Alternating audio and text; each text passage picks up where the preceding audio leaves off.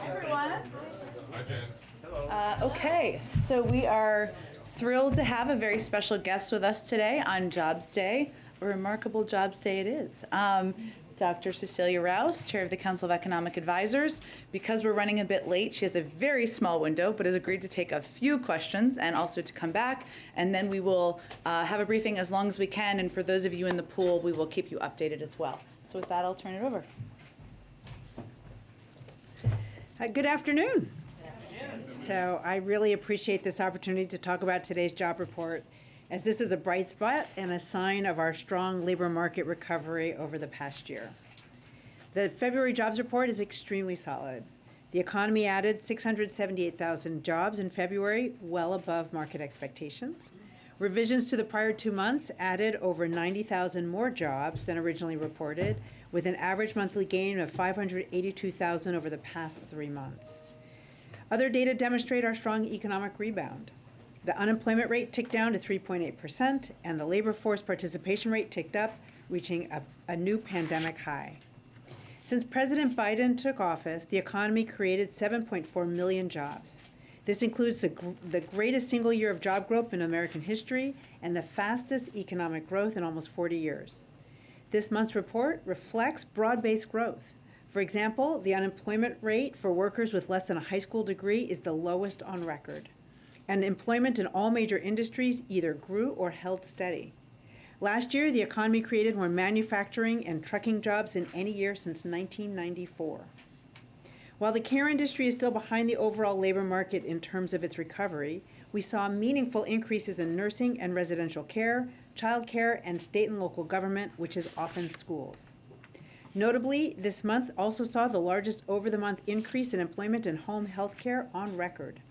These are important components in helping those with care responsibilities get back to work. We look at the prime age labor force because it is less affected by long-run changes in educational attainment or by the natural slowdown as people age and retire. This month, the employment rate for workers aged 25 to 54 rose, part of a relatively consistent rise. Overall, the recovery from the pandemic recession has been faster than any of the past recessions. For instance, in 2021, job growth averaged 562,000 jobs per month, nearly 3 times faster than from 2011 to 2019, the years following the Great Recession. The share of the labor force experiencing long-term unemployment or involuntary part-time work has fallen dramatically in the pandemic recovery, in part due to the investments of the American Rescue Plan. Both of these measures are often sources of scarring after an economic downturn, which describes conditions where workers suffer economic impacts for substantial time after the recession ends. For instance, after the Great Recession, the long-term unemployment rate reached 4.4%, but did not fall to 1% until 2017, about 7 years later than it reached its peak. From January to February of this year, the long-term unemployment rate held steady, but overall has dropped during the pandemic recovery from a high of 2.6%. We also know that one way scarring can affect workers is through increasing share of workers who cannot get all the hours that they want because they cannot find a full-time job or because business conditions are weak. But similar to the long-term unemployment rate, this measure has seen rapid recovery. The percent of the labor force that is working part-time for economic reasons ticked up in February to 2.5%, but remains below its level in February 2020. Monthly employment and unemployment data can be volatile, and payroll estimates can be subject to substantial revisions. Therefore, it's important to focus on trends rather than data in a single month, which is what the administration stresses every month. Thank you, and I'm happy to take questions. Trevor. We've seen a fairly substantial slide in the stock market this year. We've seen rising oil prices. Those are obviously pressures on the economy.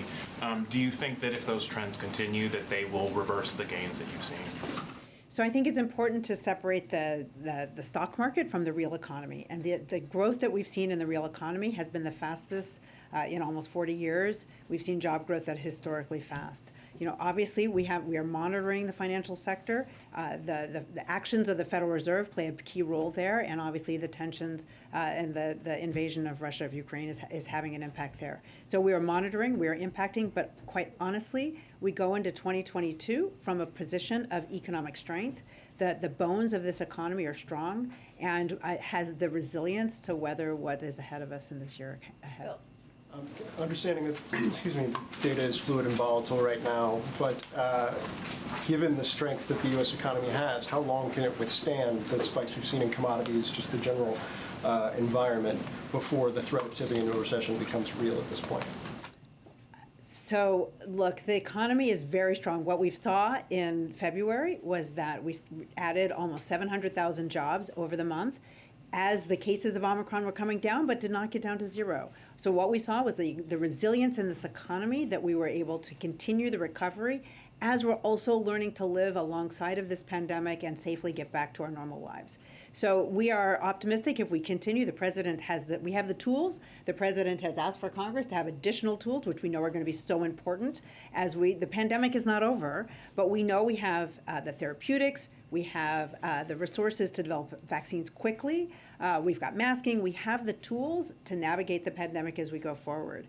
So we are optimistic that we can continue this robust recovery. This president has an economic plan to grow this economy from the bottom up, middle out. It's premised on making the key investments in this economy that have not been made over decades. So the bipartisan infrastructure law was a key component of that. And there are components of his, what were parts of Build Back Better, which is the child tax credit, which is investments in children, paid leave, which help people balance work and home responsibilities, helping people get back to work and balance their care responsibilities, lowering costs for families, whether it's in prescription drugs, childcare costs that have been increasing for decades and that are so important to this economy. So this president is focused on that kind of economic investments, which are premised on increasing our economic capacity, which is the kind of sustainable economic growth that we're looking to see. Kelly? Given the good news that you just mentioned and the trend lines, which have been very, very positive, why do you think this president is not getting credit from voters for steering the economy in the right direction? Well, I think that's a really complicated question. We know that the American Rescue Plan was really an insurance policy for this economy. What we know is that there are millions more families. We created, the economy created 7.4 million jobs over the past year during this presidency. And so we know millions of families are able to, have a job and put food on the table and pay their bills. What we know in the confidence data, a lot of that is premised on inflation. And we do have inflation. The president has acknowledged that. We understand that. He is focused on that. But what people also report is that their own finances are fairly healthy, but they see the kind of uncertainty in the economy that is there. So we're a pandemic-scarred society. That's not just the economy. There's uncertainty as we navigate our way out of this pandemic, and then the tensions, between Russia and Ukraine are going to add to that uncertainty as well. As you described the strength in the economy, if there were a policy decision made to stop importing Russian oil, what impact would that have? And do you see a resilience in the American economy to withstand that? So again, we're in a very good position. What we know is that, from the U.S. economy, we don't import a lot of Russian oil, but we are looking at options that we can take right now if we were to cut the U.S. consumption of Russian energy. But what's really most important is that we maintain a steady supply of global energy. Last one, Josh. Sorry, just to follow up on that, we're reporting right now that you are considering a ban on U.S. imports of Russian crude. Should I interpret your answer just now that it might be more targeted than that? So we are considering a range of options, but what's really essential is that we maintain a steady supply of global energy. We don't want to disrupt. Look, energy is a global market, and we do not want to disrupt that market. You know, today's report, the jobs number was great. The wage growth is pretty sluggish. I'm wondering, is that normal to expect a disconnect there? Does one typically follow the other? And what do you draw from that? How can you get wages to keep pace with the actual job numbers themselves? So from month to month, data can be volatile. And so that's why we don't focus on month-to-month changes, especially in wages. But we did see robust growth even for lower wage industries, and we know that over the year wages are up. But the president's economic plan is really about having increases in wages that are sustained by increases in productivity, and they're really premised on the increase in the economic capacity, and that help families by lowering costs on those, in those areas, healthcare, prescription care, childcare, that we know have been really squeezing pocketbooks over several decades. Thank you, Dr. Rouse, for joining us. Thank you. You're welcome anytime. Okay, I just have two items for all of you at the top. I just wanted to provide, I know we announced this yesterday or the day before, but a brief overview on two critical urgent funding needs the administration has sent to Congress. First, to provide assistance to Ukraine. The United States has already provided over $1.4 billion in assistance to Ukraine since 2021. And together with our European allies and partners, we are holding Russia accountable for its unjustified and unprovoked invasion. To continue this important work, we're requesting $10 billion to deliver additional security assistance for Ukraine, to provide life-saving humanitarian assistance for the Ukrainian people, and more support for stronger sanctions enforcement and for U.S. troop deployments to reinforce NATO's eastern flank and deter Russian aggression.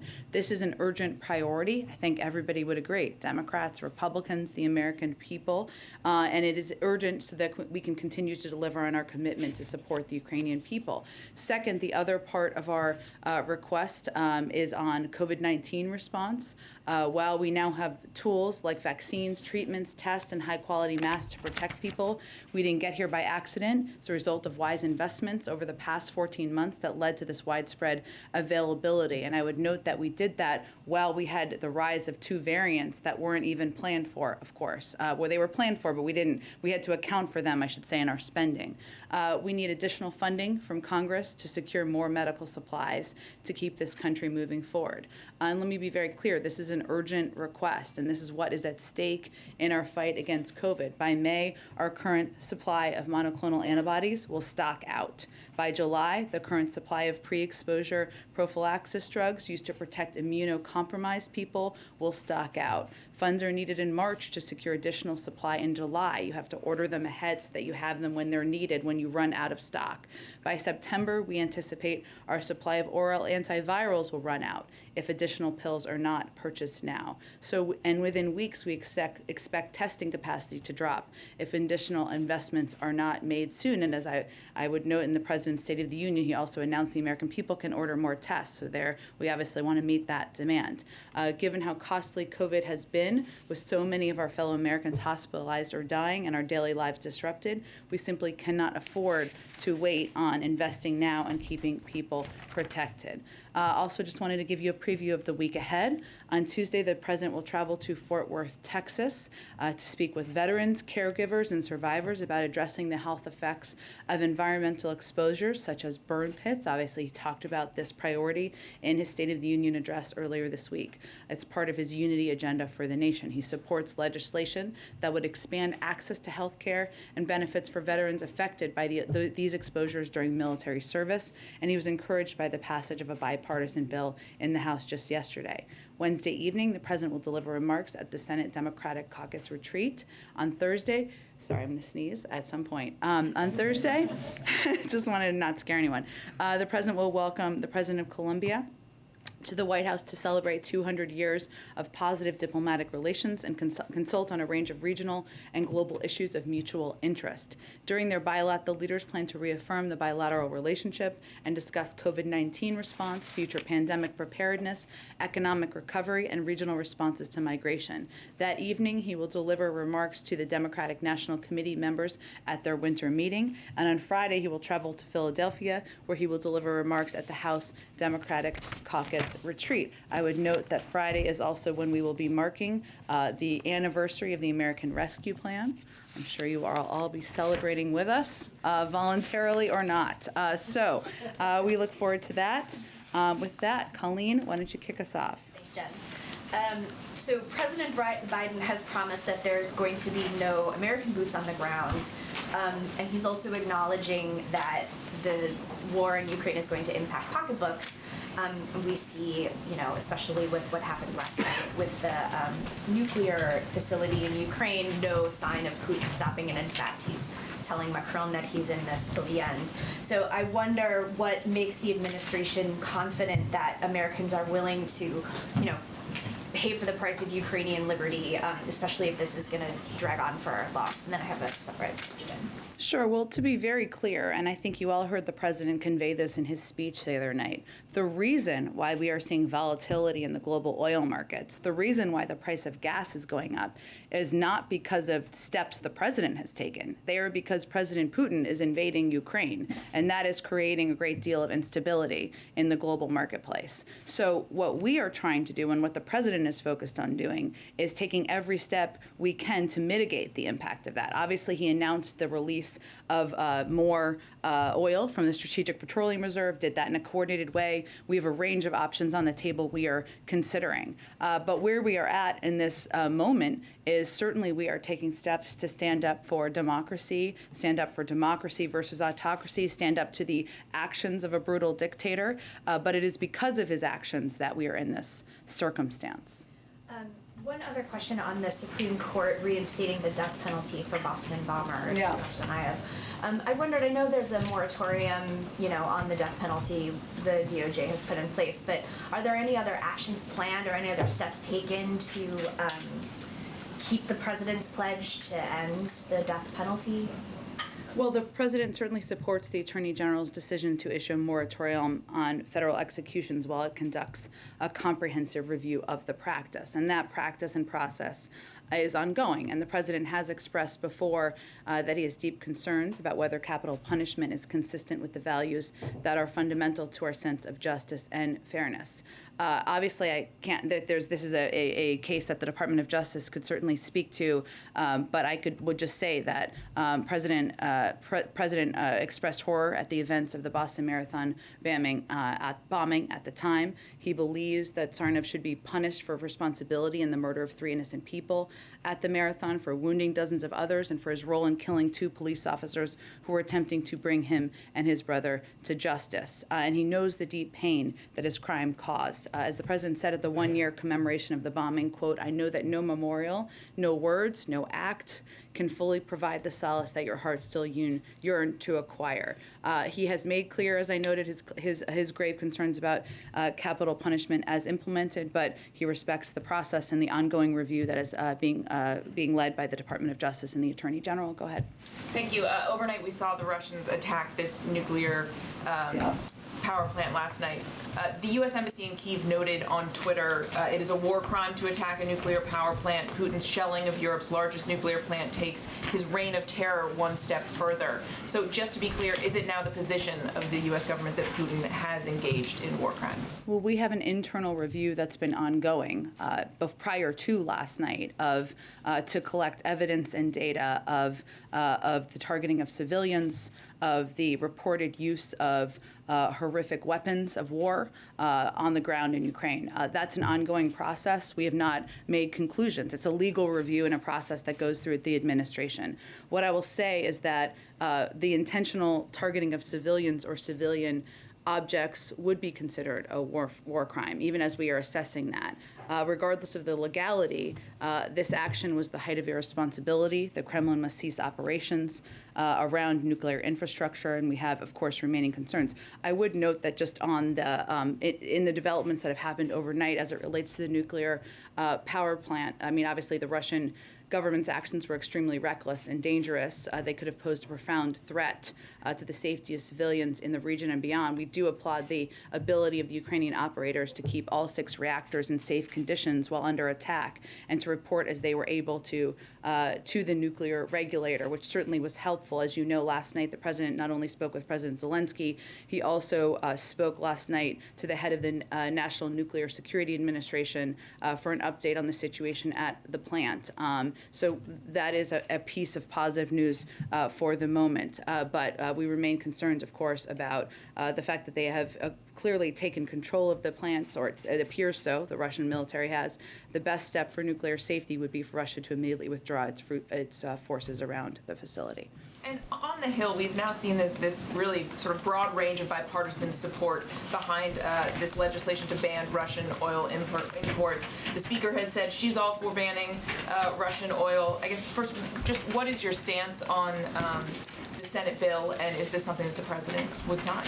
Well, I think as we talked about a little bit yesterday, how the President has been approaching any of the steps we've taken as it relates to Russia and the actions of Russia and holding President Putin accountable is to take every step to the maximum impact that will impact President Putin, the Russian economy. I mean, the stock market has been closed now for the longest time in history. Russia is in a full-blown financial crisis. According to JP Morgan analysts, there will be a collapse in the Russian GDP. So clearly those actions are working. We will have one of his principles from the beginning has been to do that in a unified way, in a coordinated way, because we are stronger if we are together as we work with the Europeans. The third principle, or another principle, I'm not sure what number I'm on right now, has been to, while we're maximizing the impact, to minimize it on the American people, on the global markets, on and certainly we are mindful as we look at all of these options of making sure we're not having that impact. So we want to maintain, as Dr. Rouse said, a steady global supply of energy with whatever actions we take.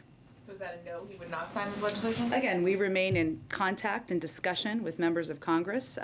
We are looking at options we could take right now to cut U.S. consumption of Russian energy, but we are very focused on minimizing the impact to families. If you reduce supply in the global marketplace, you are going to raise gas prices. You're going to raise the price of oil, and that is something the president is very mindful of and focused on.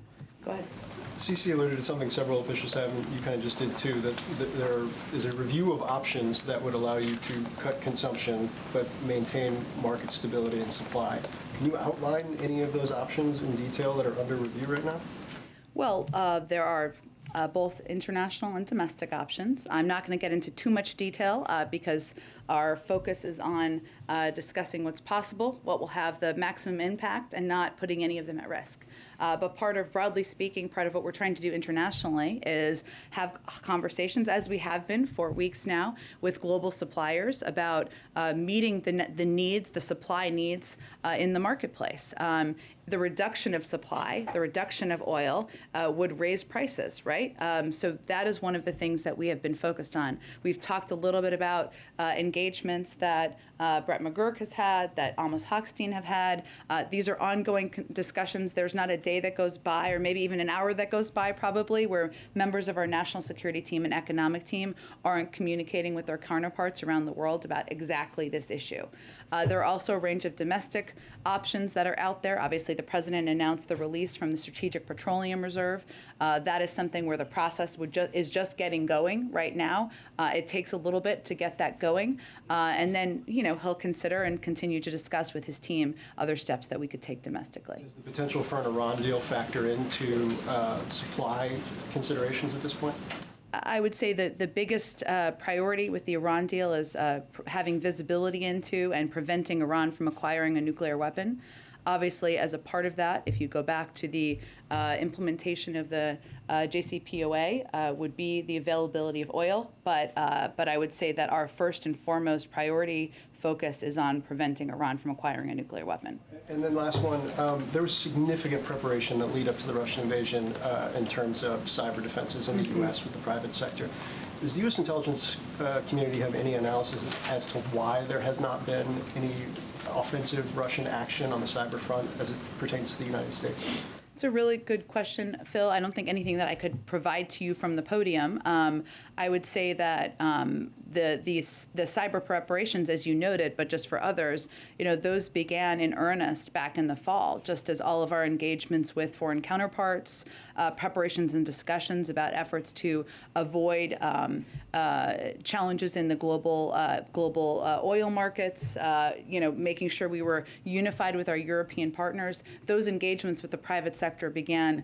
They continued back in the fall, but as it relates to this potential threat, they escalated, they increased back in the fall. But in terms of why not yet, I can't speak to that, but we are certainly prepared if that does happen. Go ahead. Thanks, Jen. President is meeting with the Finnish president shortly. Yeah. Does President Biden want Finland to join NATO? That would be up to leaders of Finland and the NATO alliance to determine. Senator Lindsey Graham said last night that someone ought to assassinate President Putin. Does the White House have any take on that statement? Is it helpful at this point? That is not the position of the United States government, and certainly not a statement you'd hear come from the mouth of anybody working in this administration. Is Sounds like the Vice President is going to be heading abroad. Can you tell us a little bit more about where she'll be going and what the goal of that trip will be? Not yet, but certainly the Vice President has been deeply engaged. She's obviously already made a trip to Europe. I expect there'll be more soon, but I don't have anything to report out to you at this particular moment. And then finally, yesterday you said the U.S. doesn't have a strategic interest in reducing the global supply of energy, but now it sounds like the White House actually is considering cutting off Russian oil imports. What changed? Is it just this drumbeat coming from both sides of the aisle on Capitol Hill that's getting really, really loud? I wouldn't say our position has changed in any way since yesterday. There isn't a strategic interest in reducing global oil supply because that will increase the price of barrels of oil and increase gas prices. So we are looking at ways to, and I said yesterday, I believe, that we are looking at ways to reduce the import of Russian oil while also making sure that we are maintaining the global supply needs out there. I don't have anything to predict in terms of what that will look like, and we, of course, remain engaged with our friends in Congress. Go ahead. Thanks, Jen. There have been some calls to establish safe passage corridors for humanitarian aid purposes.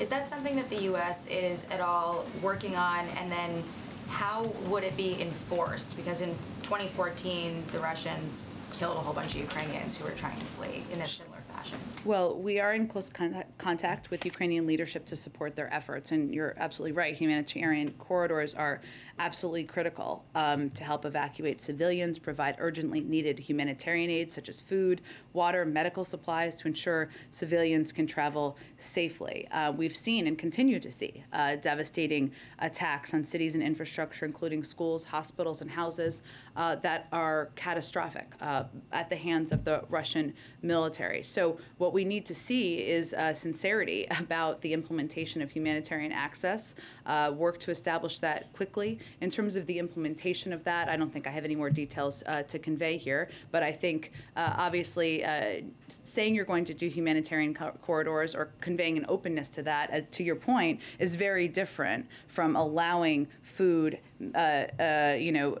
water, medical supplies, and civilians to move, and certainly there would need to be an implementation component, and they would need to take the implementation of it seriously. Is that something that then the U.S. is going to discuss with NATO about potentially getting involved in doing? I just don't have more details on the implementation for you to outline from here, but certainly, the establishment and of humanitarian corridors, the implementation of it, the Russian leadership taking that effort seriously would be something we would welcome. And then following up on Phil's question about the cyber attacks, obviously it didn't happen leading up to the invasion, but do we have, as the U.S., a capability of knowing whether or not they tried to do something like that? We have a range of capabilities. I'm not going to get into them from here.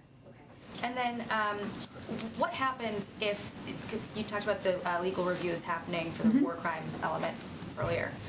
What happens next if the review finds that Putin did commit war crimes? Then what happens? Well, there's a range of means. I would say first, we have our own internal review going on, and if we as we continue that, we will provide any information to both the International Criminal Court, the UN, other entities that are investigating from an international standpoint. We also helped pass a resolution at the UN Human Rights Council to establish a commission of inquiry, which would be an entity where we could provide information that could support future investigations and also determine, to your question, I think, accountability measures. We also joined 44 other countries in establishing an expert mission through the OSCE to investigate possible violations and abuses of international human rights and humanitarian law by Russia and its forces. So typically, obviously, we have a range of resources here, as other countries do, and our focus would be feeding that into the international process. In terms of what you just laid out there, and I know yesterday you said that you didn't see Russia being booted from the UN Security Council because they have a permanent seat. How do you reconcile potential that you have a member of the Security Council that's flagrantly undermining the charter? Is there anything that can be done, especially if he is found to be committing war crimes? Well, I think that's part of the accountability question, right, Jackie? And obviously determination about the future role of any country in an organization would be up to the member countries of that organization. We are one. We are not the only one, but certainly accountability would be a part of that process. Because it would be a concern for the U.S. or for the UN, for their, sort of, for everything they stand for to have. I think the UN has been, and the vast majority of countries in the UN have been incredibly aligned and outspoken about the horrific and barbaric actions that they have seen by the Russian military and at the direction of President Putin on the ground. One last one. Zelensky said yesterday that he felt like the whole world was too late. What's the president's response to that? I would say that, President Zelensky has been standing up courageously and bravely in a moment where his country, his own security, his own concerns about his security are understandably under threat. The United States has been working for months to build a global coalition that will hold President Putin accountable. We have been providing a historic amount of security assistance, military assistance, humanitarian assistance, economic assistance to President Zelensky and the Ukrainian leaders, and we will certainly continue to stand by his side. Go ahead, Kelly. Can you give us any sense of a timeline or a triggering event that would result in this policy change regarding Russian oil and any decisions that may be forthcoming? Is that imminent, or is there something that, is there an outside event that you're waiting for? I wouldn't say, Kelly, it's an outside event. I think our continuing concern continues to be, everybody wants to hold President Putin and the Russian leadership accountable. Everybody supports the efforts that President Biden has been leading around the world to put in place crippling financial sanctions, and they have had an enormous impact. But what we are also mindful of is not taking steps that would have the impact of raising energy prices, raising oil prices, raising gas prices for the American public. And we also are mindful of doing things in a way that is unified with our partners around the world. Can you speak to how the president has steeled himself, hardened himself, if you will? He's made a commitment not to put American troops in a military position in Ukraine. You've outlined all the steps the U.S. and allies are taking, but he's also watching what is happening, as are many Americans who are concerned about the atrocities that are taking place, the loss of life, the civilians that are being affected. Does the U.S. just watch this get worse? Is that what we should all be prepared for? I would just argue we're hardly watching. We have provided $1 billion in military and security assistance, including a range of defensive weapons that we have expedited delivery to the Ukrainian leadership and Ukrainian military. We have been the largest provider of economic and humanitarian assistance. We have rallied the world to stand up against President Putin. We are not watching. The president is leading the world in responding to this. However, he is not going to put U.S. military, men and women serving, on the front lines of battle in Ukraine to fight Russia. That has never that has never been his plan, never been his policy, and he has no intention of doing that. Go ahead. Understanding it's not the position of the U.S. government, what Lindsey Graham said last night. What Lindsey Graham did suggest is that there's no peaceful resolution here while Vladimir Putin is still in power in Russia. Does the president share that view? The president believes there continues to be a diplomatic path forward. That is the path forward that will help resolve what we're seeing on the ground. President Putin has the ability to de-escalate. We have left the door open for months now to be engaged through de-escalation if de-escalation occurs. Obviously, humanitarian corridors, a ceasefire, those would all be steps that would be welcomed. But no, we are not advocating for killing the leader of a foreign country or regime change. That is not the policy of the United States. Quick question on the Iran talks. There was a British diplomat that tweeted this morning that the talks are close. One of the reported demands of the Iranians is that this administration reverse the policy of the last one and remove the IRGC from the list of foreign terrorist organizations. What's the U.S. position on that? Look, we are close. We are making progress, but there's still more work to be done, and I'm just not going to negotiate from here. Go ahead. Jen, the NATO Secretary General gave a really pessimistic assessment of the conflict. He said the days to come are likely to be worse with more death, more suffering, more destruction. Is that an assessment that the White House shares at this point? And is there concern that the tide may be turning here in the favor of Russia? Well, I don't know that the tide has ever turned against them in the sense that we've seen the Ukrainian military and Ukrainian leadership act incredibly courageously, bravely, stand up and hold off, I think to the surprise of the world, the Russian military longer than many would have assessed possible. But the ambitions of President Putin have never changed, right? The efforts of the Russian military to charge towards Kyiv have never changed. So we are continuing, and our assessment has not changed on what their intentions are. And just Zelensky said, he reiterated his interest in talking to Putin. He said he needs to talk to Putin, the world needs to talk to Putin, there is no other way to stop the war. What conditions does the president need in order to have a conversation with Putin?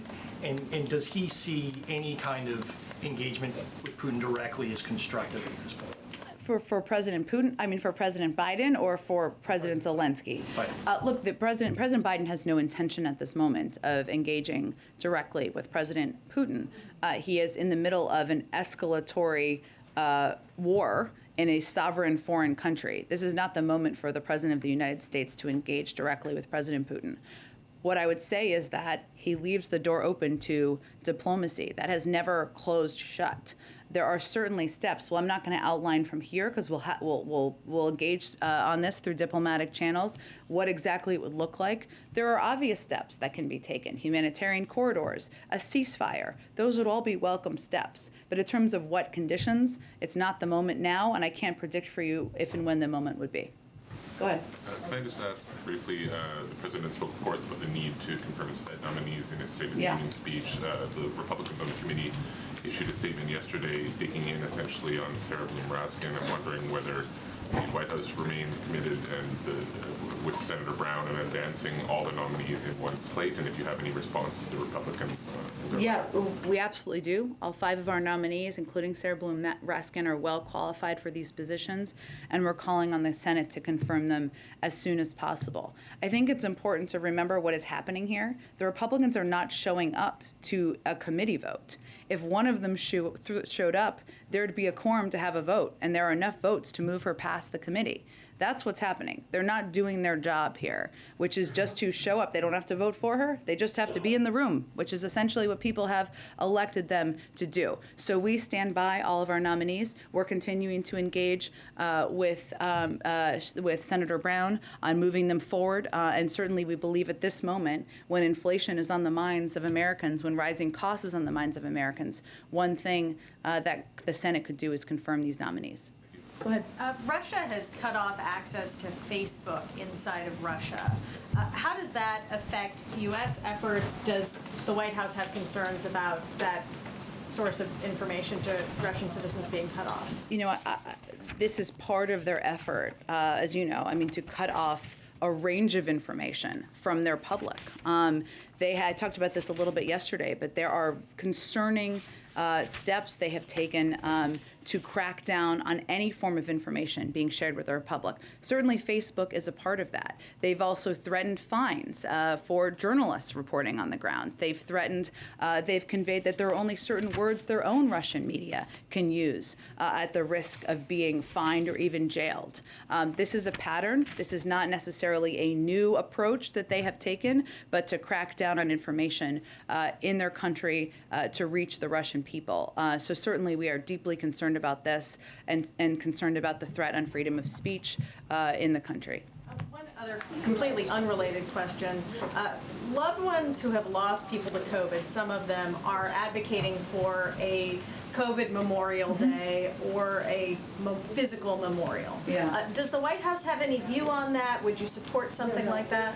I think there's no question the president feels it's important to remember, to memorialize, to take a moment to think of all of the people who have lost, whose lives have been lost, and all of the loved ones who have lost loved ones. He talked about this in the State of the Union, right? In terms of a memorial, I would say there's an openness, but right now we're still battling the virus and still battling the pandemic and working to get funding from Congress to make sure we can continue to do that and moving towards hopefully getting vaccines approved for kids under 5. So there's more steps we're taking, and right now I just don't have any prediction of what that may look like. But certainly memorializing lives lost is something we are open to. Go ahead. Thanks so much, Jen. Two questions for you. First of all, just on the idea of a ban on purchasing Russian oil. The Wall Street Journal had a pretty good story earlier this week, noting that the price of Russian oil has declined as the price of other oil has increased. And I wonder how much of this idea might already be sort of baked in, how much of the pricing might already be baked in, whether that is something that you're thinking of, the White House is thinking about as it's deciding whether or not to do this ban. You mean how much of it is baked into the Russian economy in terms of having an impact? How much of it's baked into the rise in oil that, given that Russian oil prices are going down and people are, it's not being purchased out of the concern that, there's some uncertainty about delivery and there's some uncertainty about, whether there could be larger scale bans, that the ensuing prices are all going up anyway. So you're not really losing that much by banning Russian oil because nobody's really buying it. Well, I think what most experts on the global oil markets would say, though, is that reducing global oil supply would have an impact on the price of barrels of oil and ultimately gas prices. So that is our concern. Now, again, we will continue to have a range of conversations, but I think part of our assessment here is that while maximizing the impacts by taking a range of steps we've already taken, we are mindful of minimizing the impacts on the public, and certainly the rising price of oil and the impact on gas prices is one we are focused on. And just quickly, there's a Washington Post event earlier today where John Bolton said that Trump, quote, may well have withdrawn from NATO in a second term, and that Putin was, quote, waiting for that. And I'm wondering if you had any comment on that. Well, I think that's, I saw those comments. Another reason why the American people are grateful, the majority of the American people, that President Biden has not taken a page out of his predecessor's playbook as it relates to global engagement and global leadership, because certainly we could be in a different place. I mean, there's no question that the strength and unity of NATO has been a powerful force in this moment, and it may take longer time to have the hopeful impact, but that is the strengthening of NATO. We think is unquestionably good for our security here in the United States and for global security. Go ahead, Trevor. Jen, you said earlier in the briefing that you'd be providing information to the International Criminal Court about any war crimes being committed by Vladimir Putin. It's long been the position of this administration that the ICC should not get involved in countries where they don't have jurisdiction. You've made that argument about the U.S. You've made that argument about Israel. Do you have a different position when it comes to Russia, and if so, why? I think my point is that we would provide any information through our own process that became available to all of the international entities that are looking into and exploring this exact question. So there's no change in your overall view that they shouldn't Well, take we're not action? a member of the ICC, right? Neither is Russia.